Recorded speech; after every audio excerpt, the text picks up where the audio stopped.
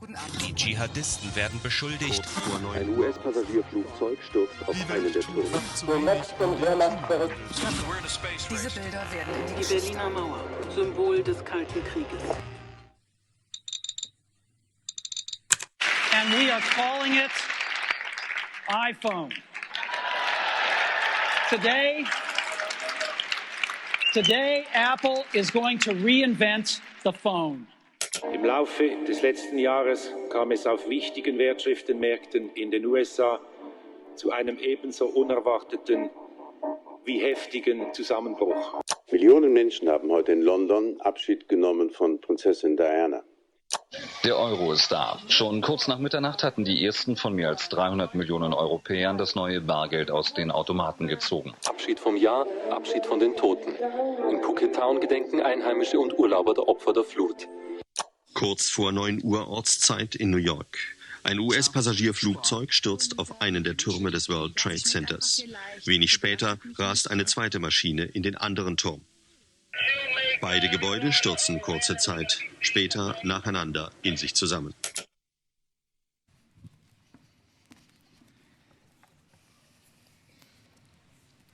Es ist am September-Dienstag im Jahr 2001. Ein damals gerade 18-jähriger KV-Lehrling, ein eher älteres Kind von der Generation Y, Generation Y, ist im einschläfernden Deutschunterricht von der BM-Klasse 2b gesessen. Es ist durchaus möglich, dass er sich Zeit damit totgeschlagen hat, im Schutz von der Schulbank auf seinem Schwarz-Weiß-Handy im Kult-Game Snake einen neuen Rekord aufzustellen. In dem Moment ist ein SMS, man nennt das auch Short Message Service, eingetrudelt. Damals hat die 20 Rappen gekostet und ist auf 160 Zeichen beschränkt gewesen. Ein Freund von ihm, ein klassischer, technohörender Vertreter von der Gen X und Detailfachmann Multimedia, hat sein verspätete Wochenende unter der Woche genossen und hat ihm geschrieben: „Musst mal den Fernseher einschalten. Ich glaube, die ganze Welt geht gerade unter."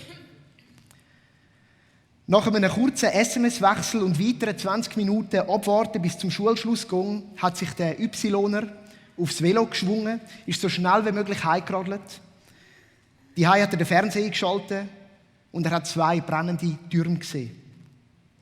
Mitten in New York. Und in seinen Augen war die Welt nie mehr wie vorher. Das ist meine ganz persönliche 9/11-Story. Kollektive Erlebnisse prägen Generationen. Und gerade bei diesen Customer Generations, wo wir uns drin bewegen, in diesen 3 Sündigen, die heute der letzte davon ist, geht es darum, dass kollektive Ereignisse uns prägt haben und unsere Generationen prägt haben. Ein Hinweis auf die vorangehenden Predigten von den letzten 2 Sündigen und besonders auf die erste, wo eben die Customer Generations erklärt werden. Falls du das nicht gesehen hast, ermutige ich dich doch dort anzufangen, weil die Predigten bauen eigentlich auch aufeinander auf. Für die Boomer und für die Xer ist 9/11 einfach ein weiteres Ereignis. Für die Generation Y das erste so richtig kollektiv durchlebte. Und darum habe ich gedacht, weil wir alle wohl irgendwo das Ereignis miterlebt haben, einen kurzen Moment, wo du dich zu deinem Nachbarn drehen und erzähl ihm, wo hast du davon gehört, dass in New York die Flugzeuge in die Türme sind. Ich denke, du kannst dich erinnern. Mach das gerade jetzt, vielleicht daheim im Livestream mit deiner Gruppe, wo du schaust.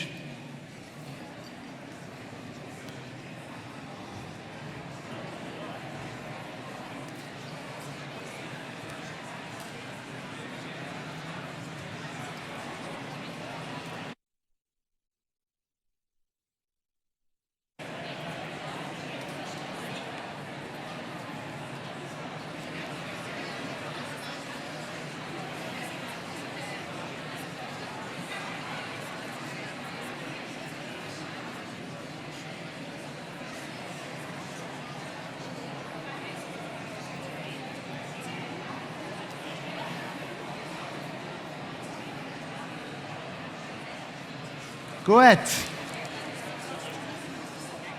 Und der Zeit halber unterbreche ich da. Die Gespräche können selbstverständlich nach dem Gottesdienst weitergeführt werden. Einem angeregten Diskurs an, nehme ich an, ihr mögt euch die meisten von euch noch sehr gut daran erinnern, weil es ein kollektiv prägendes Ereignis war. Der Abend von dem 9. September 2001 habe ich mit meinem Freund Reto, Nachnamen würde ich jetzt da nicht weiter erwähnen, nein, tatsächlich Lucy, bei ihm daheim bei seinen Eltern verbracht und wir haben zusammen nonstop die Nachrichten verfolgt.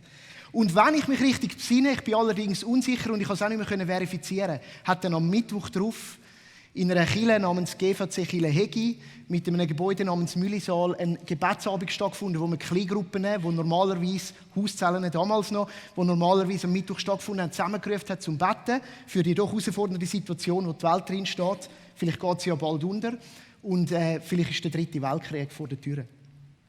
Ich bin aber nicht mehr ganz sicher, aber ich meinte, das hätten wir dann gemacht. Ich lasse mich gerne korrigieren. Haben Sie das stimmt gehört? Genau, voilà. Es ist schon lange her, es ist 20 Jahre her.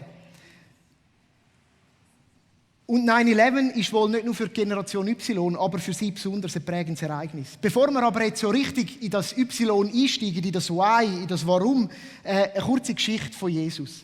Ich habe sie übertitelt mit Ellbogen, Generationen und ein Statement von Jesus. Und wir befinden uns mit Jesus unterwegs und wir möchten ja in dieser Serie auch anschauen, was hat denn die Bibel zu Generationen zu sagen. Und auch Jesus hat tatsächlich es gewagt, das Bild der Generationen zu beüben, wenn es ums Miteinander unterwegs sein geht.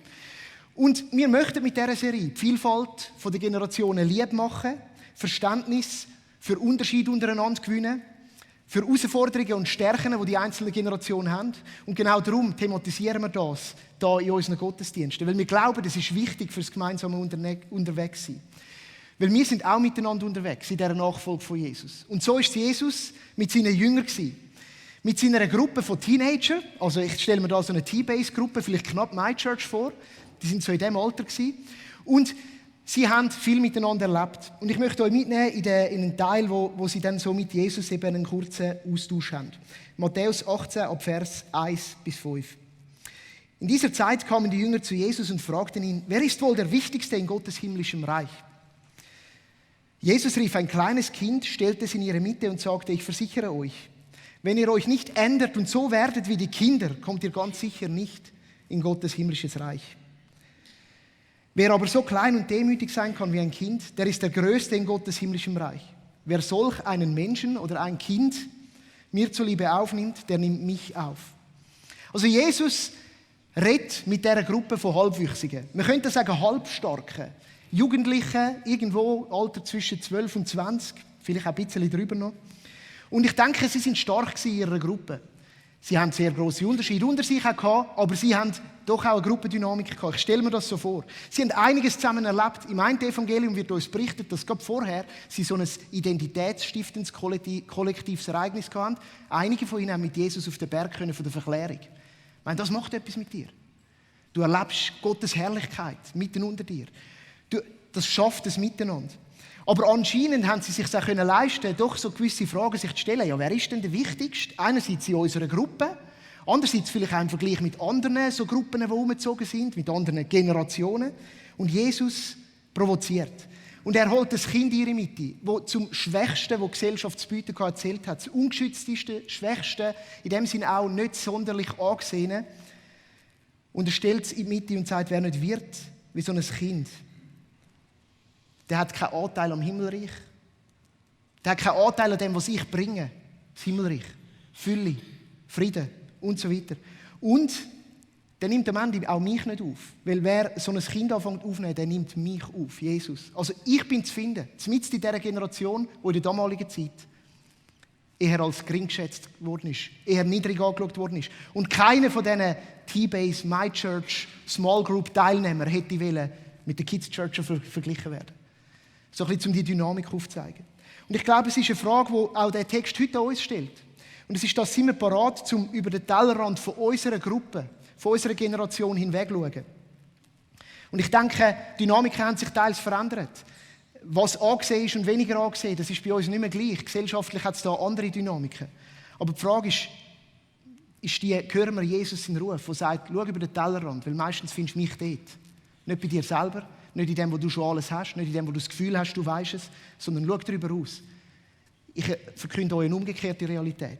Find mich in den anderen. Find das Himmelreich in den anderen. Und ich denke, das ist Motivation auch für diese Serie. Für jeden von uns, weil wir alle stehen an einem Standpunkt, um über unseren Tellerrand hinweg zu schauen. Und so die Frage, die ich heute dir gebe, ist, wo ist dein Tellerrand und wie schaust du darüber aus? Und wo ist eigentlich doch alles klar auf deinem Teller und das darüber aus ist eher komisch? Und wo kannst du dich auf das einlassen? Jesus ruft dich zu dem. Ich denke, je mehr du weißt, wo du selber stehst, desto einfacher ist es auch, um die Brücke zu bauen und um dich auf das einzulassen und um von dem zu profitieren. Und jetzt ein grosser Kopfsprung in Gen Y, Generation Y. Und ich möchte euch mitnehmen auf eine kurze Übersicht. Und als erstes ein Bekenntnis. Ja, ich gehöre dazu. Ich bin gerade so am oberen Ende dieser Generation anzusiedeln. Wie auch schon erwähnt, die Übergänge sind fließend. Da kann man nicht immer so ganz genau abgrenzen. Aber ich bin ein Kind von dieser Generation. Das heisst, möglicherweise kommt da auch ein bisschen überromantische Sicht drin. Und vielleicht aber auch eine zu starke Portion Selbstkritik. Ich will das einfach an diesem Ort ausdrücken. Ein kurzer Einblick in die Generation mit so ein paar Schlagwörtern, die wir dann werden später erörtern miteinander. Zum Thema Arbeit. Generation Y liebt Teams anstelle von starken, hohen, tiefen Hierarchien. Sie hat es lieber flach. Ein zweites Ding, wenn es um die Arbeit geht, ist, dass Generation X, das haben wir letzte Woche gehört, ihre Work-Life-Balance optimiert hat. Sie haben gearbeitet und Kohle verdient, damit sie ein cooles Wochenende hatten. Und Generation Y sagt, Moment, stopp. Work-Life-Balance? Nein, lieber nicht. Ein sogenanntes Work-Life-Blending wäre das Ziel. Leben und Arbeit soll sich vermischen. Weil schliesslich schaffe ich nicht nur zum Leben, sondern Schaffen ist Leben. Und Leben ist Schaffen. Und das alles soll irgendwie zusammenkommen. Und somit redet man hier vom Work-Life-Blending. Nicht mehr ich schaffe, um zu leben, sondern Schaffen ist auch Leben. Es muss sinnstiftend sein. Es muss auch Spass machen. Und vielleicht hast du das schon gemerkt, wenn du den Wire einstellen willst, dass der plötzlich ein paar andere Forderungen hat an dich und an den Job, den du ihm anbietest. So ein prägendes Ereignis, auf das sind wir schon eingegangen, ist sicher das erste, das so kollektiv prägend war, wo sich auch die meisten sehr gut daran erinnern, ist der 9/11, 11. September 2001 und dann der folgende Krieg gegen den Terror der Amerikaner. Es ist auch die Zeit, wo Technologie extrem wichtig geworden ist und tatsächlich, wo ich in der RS war, wenige Jahre nachher, hat man sich die Frage angefangen zu stellen unter den Rekruten, was bringen uns die Panzer im Kampf gegen Terroristen? Es ist Technologie, die angefangen hat, eingesetzt zu werden gegenüber den Feinden, wenn wir an den Flughafen denken, und Technologie, die dort bis heute verwendet wird, um zu überprüfen, ob jemand auf den Flug gehen darf oder nicht. Es ist aber natürlich auch prägende Ereignis, weil sich Technologie weiterentwickelt hat. Und so kommen wir zu den Medien. Es ist die erste Generation, die mit dem Internet wirklich aufgewachsen ist. Auch wenn sie, wo sie ganz klein sind, das noch nicht verwenden können, aber so drinnen aufgewachsen sind. Der iPod ist gekommen, als der Vorläufer vom iPhone, wo am Anfang noch alle verpönt haben. Nur ganz wenige unter uns sind mutig und sind aufs Erste aufgestiegen. Und selbstverständlich die sozialen Medien, die dann auch die Generation angefangen hat, sehr früh zu nutzen, wie Facebook, wo heutzutage aber niemand mehr von der Generation Y drauf zu finden ist. Wenn es um den Glauben geht, kann man auch so ein paar Akzente setzen. Für Generation Y ist es wichtig, den Glauben zu erleben. Es muss authentisch sein. Das, was draufsteht, muss auch dahinter stecken. Sie liebt individuelle Zugänge. Sie liebt das Vielseitige. Es muss für jeden halt so stimmen. Es muss Sinn machen, auch im Glauben. Es gibt auch so eine Studie, die besagt, dass ein Teil von der Generation Y könnte Generation Lobpreis genannt werden. Weil gerade in dem Lobpreis und in der Anbetung sehr individuell deine Emotionen und die authentische Gottesbeziehung gelebt wird. Und das Gleiche gilt dann, um den Glauben zu teilen. Generation Y teilt dann über Beziehungen. Dort, wo es konstant miteinander unterwegs ist, wo man kann über das Leben miteinander reden kann. So, vielleicht auch ein Grund, wieso die Strassenevangelisationen nicht mehr so präsent sind unter diesen Generationen.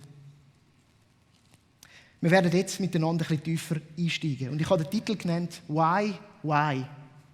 Wieso? Wieso Why? Wieso das Y als Nachfolgebuchstabe vom X, wo aber eben das Warum aufgreift, wo die Generation so beschäftigt. Das erste Stichwort ist Überfluss.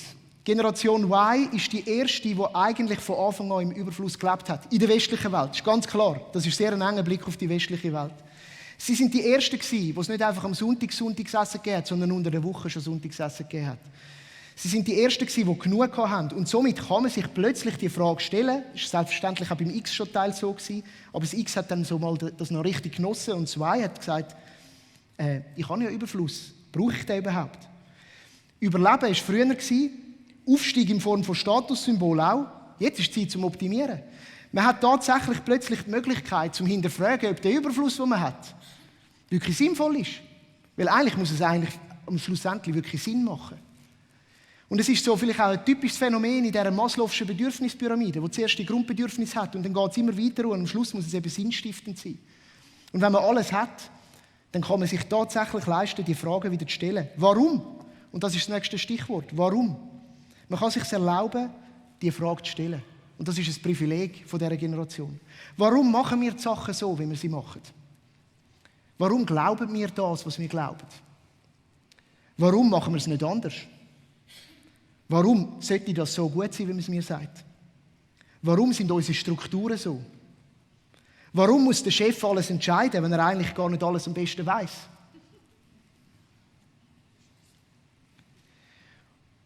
Und mir ist ein Zitat in den letzten Wochen über den Weg hineingelaufen, das mir gefallen hat und das ich gerne so jetzt als absoluten Wire einfach so aufnehme und sage, schau, wir machen eben die Sachen auch gerne ein bisschen anders oder eigen oder machen unseren eigenen Ansatz. Und scheint, das Zitat wird einem Mann, der schon vor diesen Generationen, wo wir darüber reden, zugeschrieben, nämlich Mark Twain. Und er hat gesagt, Tradition is not wearing your grandfather's hat. It's buying a new one like he did.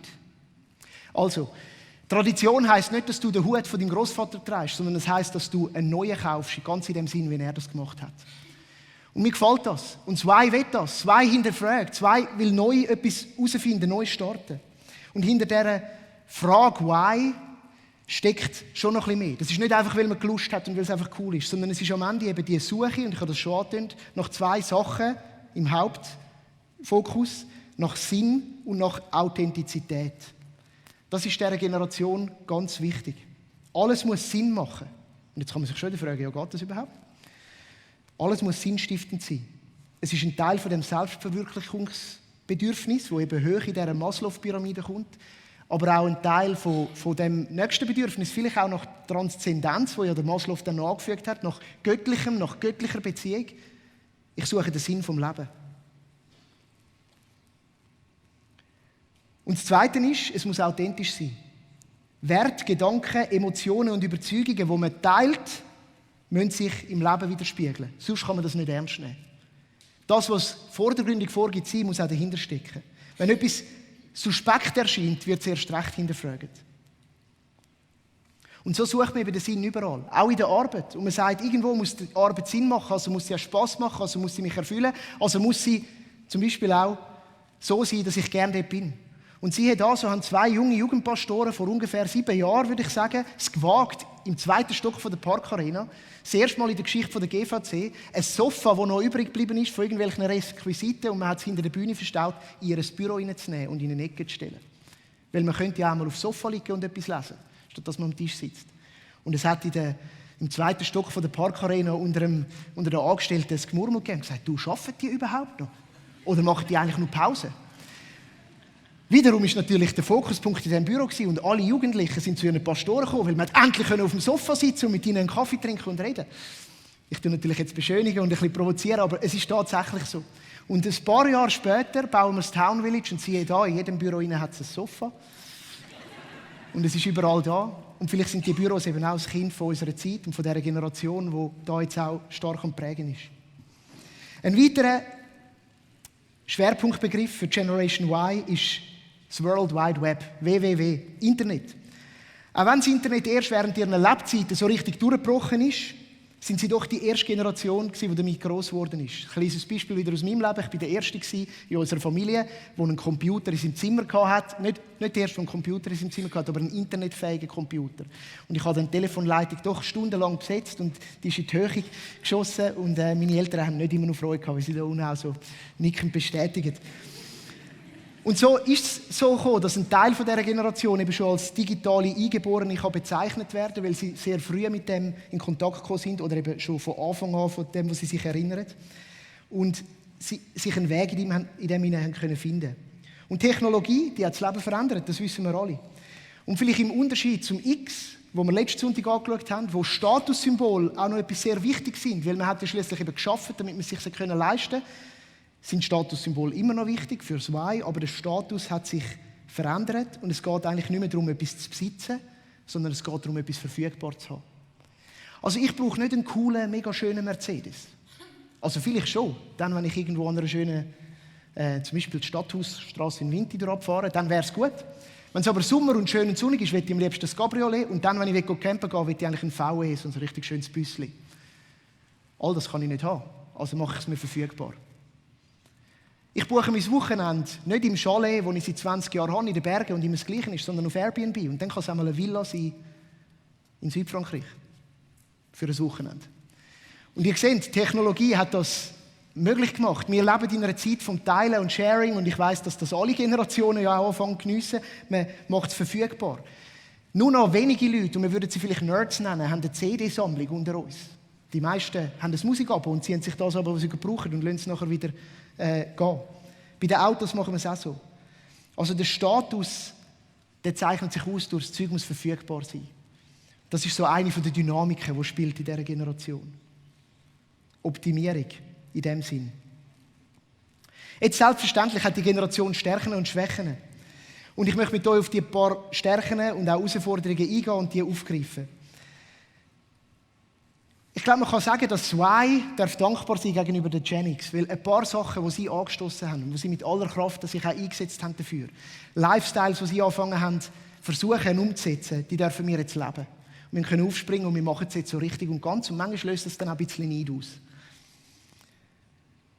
Und das ist eine Stärke. Etwas weiteres ist, dass Authentizität ein Wert ist, wo wir, glaube ich, gerade auch in unseren Kreisen würden sagen, der ist hoch zu schätzen. Authentizität macht einem nicht käuflich. Transparenz ist wichtig. Glaube ist tot ohne Werk, sagt Jakobus. Oder Jesus sagt, das Ja soll ein Ja sein. Es muss, das, was du laberst, soll dann auch irgendwo sich auszeichnen und zeigen. Oder so, das Bild, das in der Bibel oft benutzt wird, ist, dass das Herz und das Äußere muss übereinstimmen. Und du kannst äußerlich noch so gute Schale haben, wenn es da drin nicht okay ist, dann ist es nicht gut. Und ich glaube, das sind Werte, die Generation mit sich bringt, die Generation Y, wo wir dürfen umarmen, wo wir können sagen, die ist gut, die ist auch gut für uns als Kirche, als Gemeinschaft, für die Botschaft, die wir zu verkünden haben. Das Zweite ist, Sinnstiftung ist doch per se auch etwas Wunderbares. Und unser Glaube ist am Ende die Erfüllung von dem Sinn. Und die Bibel hat Antworten auf die Sinnfragen. In Gott finden wir den Sinn vom Leben. Und damit meine ich Fülle, Frieden, Leben im Überfluss. Und zwar nicht im Materiellen, sondern im Herzen, wo eben schon wieder unabhängig werden kann von dem, was wir alles besitzen.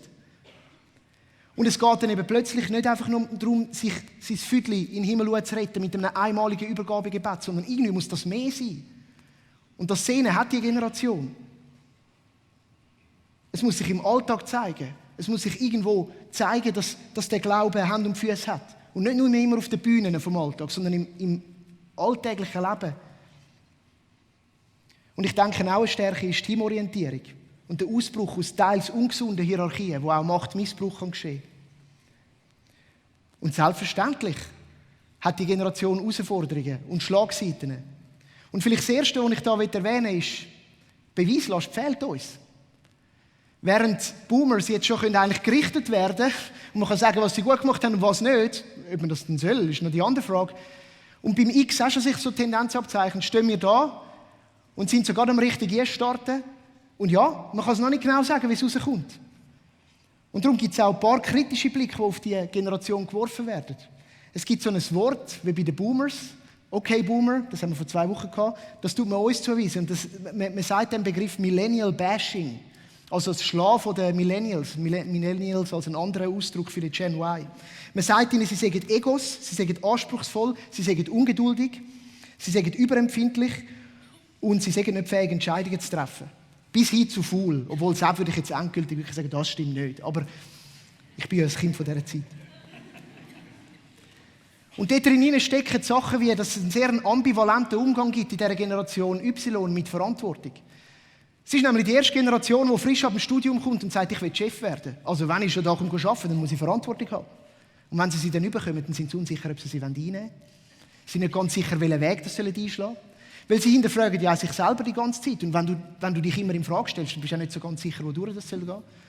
Worauf Boomers sagen, hey, aber wissen ihr eigentlich, was ihr wollt? Wohin soll es denn gehen? Hinterfragen kann auch lähmen. Und ich würde sagen, das ist eine Schlagseite. Die Generation Maybe, wie man es dann eben sagt. Ja, vielleicht schon, vielleicht nicht. Ich weiss noch nicht genau, ich muss noch rasch ein bisschen warten. Ja, wann weisst du es endlich?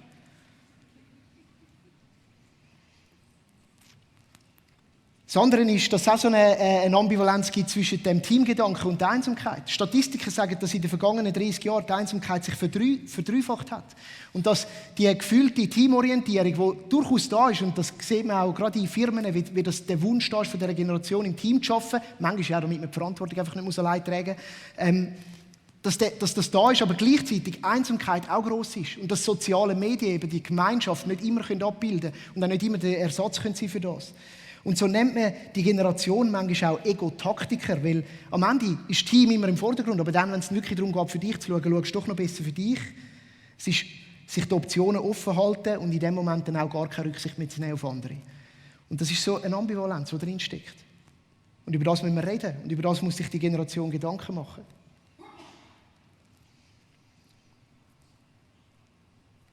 Generation Y entsteht auf dem Berg. Vor nicht allzu langer Zeit ist die Gen Y aus der Jugendarbeit in die Erwachsenenkirche hineingedrängt. Auch da gilt, einige sind schon länger da, andere kommen gerade jetzt noch so hinzu. Ins 22 plus und da drin. Und wie immer, wenn das geschieht, birgt das Chancen und Herausforderungen. Generation Y wird es wagen, auch im Glauben Sachen zu hinterfragen. Generation Y fordert neue Strukturen. Generation Y sehnt sich nach Authentizität und Sinn. Und die Frage ist die Kirche fähig, auf die Ansprüche einzugehen und sich zu verändern? Und die zweite Frage ist, hat sie überhaupt eine Option, sich die Frage zu stellen? Und ich sehe drin eine der grössten Chancen, dass die Kirche mit dem gesellschaftlichen Wandel auch an einem Wendepunkt steht. Und im freikirchlichen Bereich ist das noch recht auffällig, dass sich eben das jetzt genau in diesem Rhythmus so wiedergibt. Viele Kirchen, die floriert haben in den letzten 30 Jahren, sind gross geworden unter prägenden Pionierleitern, weltweit in der westlichen Welt. Und sie sind stark gewachsen. Und jetzt ist die grosse Frage, wie weiter, wenn der Pionier geht. Und vielleicht erinnern wir uns an die letzten paar Jahre da bei uns. Die Frage hat man sich durchaus gestellt. Und die Chance ist jetzt da, dass die Generation Y eine Schlüsselgeneration, eine von den Schlüsselgenerationen kann sein, um die Kirche in die nächste Phase hinein zu leiten, zu begleiten, zu prägen und das Leben zu formen. Und an dieser Stelle möchte ich sagen, Generation Y ist nicht die Zukunft der Kirche, es ist Gegenwart. Sie ist da. Und wir müssen ihren Platz schaffen. Wir müssen auf ihre Bedürfnisse eingehen. Und ja, in unserer Stadt auf dem Berg, da in Winterthur, hat man das gemacht. Und man hat Vertreter von dieser Generation in die Leitung berufen. Und darum ist das heute vielleicht ein bisschen speziell, wenn ich da über die Stadt auf dem Berg und die Generation berichte. Und was wir erleben, ist eine Spannung entsteht. Also ich erlebe sie. Aus Sicht von der Gen Y ist es folgende. Als ehemaliger Jugendpastor weiss ich das auch gut. Ich habe noch viele Beziehungen in diese Generation. Und es trifft mich auch. Weil ich stelle fest, dass viele von dieser Gen Y, einige bis vielleicht fast die Hälfte, bis jetzt den Schritt noch nicht ganz gewagt hat, sich da jetzt zu begeben. Weil sie sind irgendwie nicht sicher. Und das ist nicht eine Schuldzuweisung an die anderen, das ist ja auch ein kritischer Blick auf die Generation Y, weil sie sind immer unsicher. Sie sind sich nicht sicher, ob ihre Fragen gehört werden und ernst genommen werden. Sie sind sich nicht sicher, ob sie sich da werden wohlfühlen. Sie sind sich nicht sicher, ob da genügend Authentizität ist. Sie sind sich nicht sicher, ob sie da mit ihren Fragen wahrgenommen werden oder nicht einfach mit billigen Antworten und so hat man es schon immer gemacht und so funktioniert es, abgespiesen werden. Und wie nochmal gesagt, es ist nicht einfach ein Vorwurf, aber das sind Dynamiken, die spielen. Und ich habe viele so Gespräche, wo ich Yler motiviere und sage, wag's. Wir müssen miteinander. Wag's, lade dich darauf ein. Aber ich spüre Skepsis. Und die möchte ich heute auch adressieren. Und ich möchte Yler dann zum Schluss auch fragen, hey, wagt ihr's? Und aus Sicht der anderen Generation ist die Spannung auch spürbar. Ich erlebe, dass unsere Generation die anderen verunsichert. Vielleicht auch gerade besonders dann, wenn sie Verantwortung darf, muss, soll übernehmen. Den anderen Generationen fehlt manchmal Klarheit. Die Fragereien von dieser Gen Y verunsichert. Und dann noch die flachen Hierarchien. Sie bauen alle Hierarchien ab. Dann weiss man ja nicht mal mehr, an wen man sich wenden kann, wenn man dann mal eine Frage hat. Und die Spannungen, die können die Kirche tatsächlich anfangen zu verrissen. Und ich würde sagen, wir erleben die auch unter uns. Und besonders dann, wenn es gerade noch so ein bisschen wild zu und her geht um uns herum. Und wenn wir uns jetzt anfangen, voneinander wegbewegen, dann wird das auch geschehen. Und dort finde ich die Geschichte vom Anfang wieder so schön, wo Jesus allen von uns zuruft, schau über den Tellerrand, schau zu den anderen. Es ist mega wichtig. Und ich möchte jetzt schliessen mit einem mutigen Gedanken und mit einem Bild. Und die Bibel ist nicht für das Bild geschrieben worden, das will ich da auch sagen. Aber es ist so eine Analogie, die ich sehe in diesem Bild, wo ich hoffe, es kann uns helfen und es kann uns stärken. Ein gewagtes Bild. Ich nenne die Generation Y die Salomo-Generation. Das Bild soll die Generation Y ermutigen und uns als gesamte Sicht geben.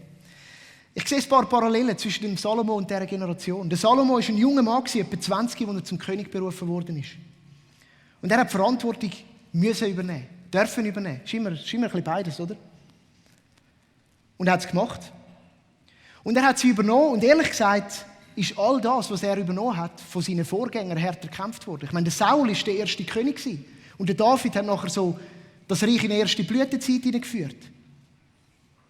Der grosse David. Und vieles war schon da gewesen. Reichtum, Überfluss. Und der Salomo kommt in das hier und darf dort übernehmen. Er ist ein Kind vom Überfluss. So wie Generation Y. Und der Salomo hat so viel gehabt, dass er somit auch alles hinterfragen konnte. Und das sehen wir wiedergegeben in seinen Sprüchen und auch in dem Buch Prediger, wo ihm zugeschrieben wird. Zumindest in seinem Sinn soll das geschrieben sein. Wo er tatsächlich alles hat und kann sagen, ich weiß gar nicht, ob das Sinn macht. Ich weiß gar nicht, ob das, was am Schluss wirklich bleibt. Es ist doch alles ein Haschen nach Wind.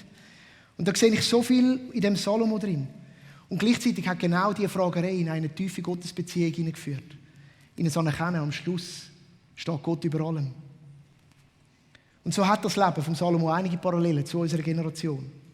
Und zu der Rolle, die Generation auch in dieser Kirche spielt und soll einnehmen. Und ja, unter dem Salomo ist das Grossreich Israel auf seinen Höhepunkt gekommen. Und ja, leider hat es nicht so gut geendet. Und so stehe ich da, wir sind an einem Punkt, wir wissen nicht, wie es rauskommt. Es ist eine Generation berufen in Verantwortung. Es ist eine Generation berufen, auch mitzukommen in diese Verantwortung. Es sind andere Generationen berufen, sich führen zu lassen. Und wir wissen noch nicht genau, wo die Reise anlandet. Ich glaube, Kirche allgemein und Generation Y erwarten noch einiges. Aber man kann auch sagen, dass der Salomo am Anfang von seinem Leben einiges gut gemacht hat. Er hat gut gestartet. Und darum ist mein Ruf an Mitstreiterinnen und Mitstreiter von dieser Generation Y, lasst uns gemeinsam im Sinn von Salomo gesinnt sein, wie er gestartet ist. Und wir lesen von dem Gebet um Weisheit, wo er dort steht und sagt, ich brauche sie. Ich hinterfrage vieles. Aber am Ende brauche ich die Weisheit von Gott. Ich möchte euch mitnehmen in den Text. Ich aber bin noch jung und unerfahren. Ich weiß nicht, wie ich diese große Aufgabe bewältigen soll. Vers 9. Darum bitte ich dich, gib mir ein Herz, das auf dich hört, damit ich dein Volk richtig führen und zwischen Recht und Unrecht unterscheiden kann. Denn wie könnte ich sonst ein so riesiges Volk gerecht regieren? Das ist ein Ruf, der da ist. Generation Y. Sich bewusst werden, in allem hinterfragen. Werden wir die Weisheit nicht ergründen können. Wir müssen uns auf Gott werfen, wir dürfen uns auf ihn werfen. Und es ist aber auch das Herz drin, von dem, man will es wirklich richtig machen. Man will es gut machen. Und das habe ich, das spüre ich. Und dann habe ich einen Ruf an Mitstreiterinnen und Mitstreiter aus den anderen Generationen. Und auch eine Ermutigung. Wenn man dann die folgenden Kapitel anschaut, aus dem ersten Buch Könige nach dem Gebet, dann sieht man extrem viel Gutes, was geschehen ist unter dem Salomo. Der Tempelbau, der Errichtung vom Haus von Gott, Wachstum, Stabilität, Sicherheit und Frieden. 1. Könige 4, Vers 20. In Juda und Israel gab es damals so viele Menschen wie Sand am Meer. Das ganze Volk hatte genug zu essen und zu trinken und war zufrieden. 1. Könige 5,5. Zu Lebzeiten Salomos ging es ganz Israel und Juda gut. Von Dan im Norden bis Beersheba im Süden lebte das Volk in Frieden. Jeder konnte ungestört in seinem Weinberg arbeiten. Schaffen ist Teil von dem. Und wie auch noch. und unter seinem Feigenbaum sitzen. Work-Life-Blending.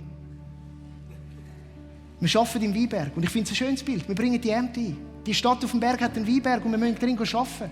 Die Stadt auf dem Berg strahlt Frieden aus. Und das wünschen wir uns. In dieser Stadt auf dem Berg soll Frieden herrschen. Ein Frieden, der anzieht, der die Menschen anschaut. Und dann wird geschafft. Und dann wird genossen unter einem Feigenbaum. Das Bild von damals, ich weiss nicht, was heute wäre. Es ist gut. Es lebt sich gut. Es ist Friede in der Stadt. Arbeit von der Ernte und Ruhe und Erholung. Sinn, Bedeutung. Wir brauchen das. Und ich möchte euch einladen und sagen, hey, kommt ihr mit. Ihr seid Teil von dieser Stadt auf dem Berg, andere Generationen. Mit der Generation Y. Und lasst uns dafür beten, dass die Stadt so eine Stadt kann sein kann, wo Frieden herrscht, wo Ernte eingebracht wird, wo Ruhe und Erholung ist, für Seele, Liebe, Geist. Ich lade dich ein, mit dafür zu beten.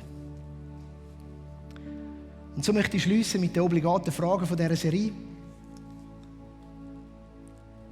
Ich und Generation Y, ich und Gen Y.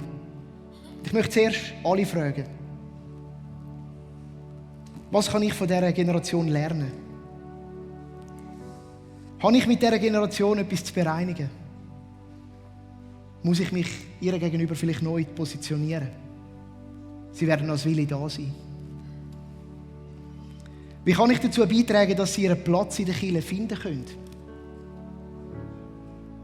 Wie kann ich dieser Generation Salomo zur Seite stehen?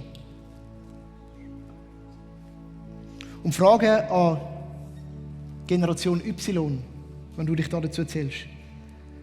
Sind wir bereit, uns auf unsere Vorgängergenerationen einzulassen, zu ehren und zu wertschätzen, was sie erarbeitet haben? Das Fundament vom erarbeiteten Überfluss zu anerkennen. Wo bist du auf der Stadt auf dem Berg? Bist du noch skeptisch, ob du überhaupt ein Teil davon werden sollst? Bist du bereit, das Risiko einzugehen, dich darauf einzulassen und Verantwortung zu übernehmen? Und sind wir demütig genug, um auszuhalten und zu wissen, dass alles hinterfragen uns die Weisheit alle Weisheit von der Welt nicht wird ergründen, sondern dass wir die Weisheit von Gott brauchen. Ich möchte beten. Und ich möchte dich einladen, wenn du sagst, du bist Teil von der Gen Y, jetzt aufzustehen. Ich bin gespannt, wie viele das da drin sind. Doch ein paar. Schön sind ihr da. Wow.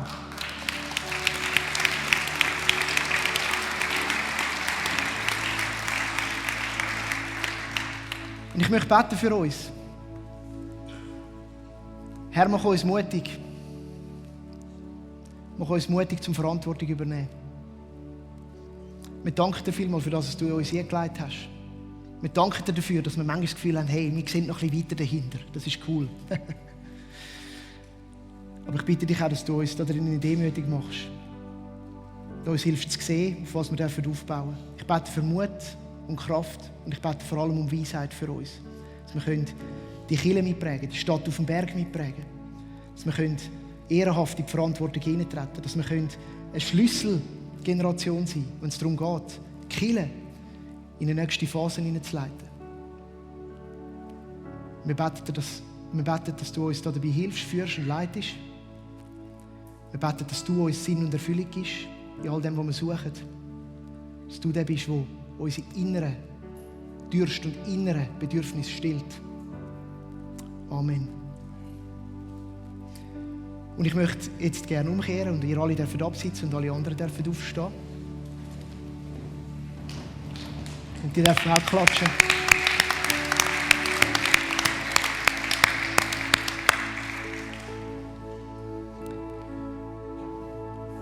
Ja, und ich möchte euch als unsere Vorgängergenerationen segnen.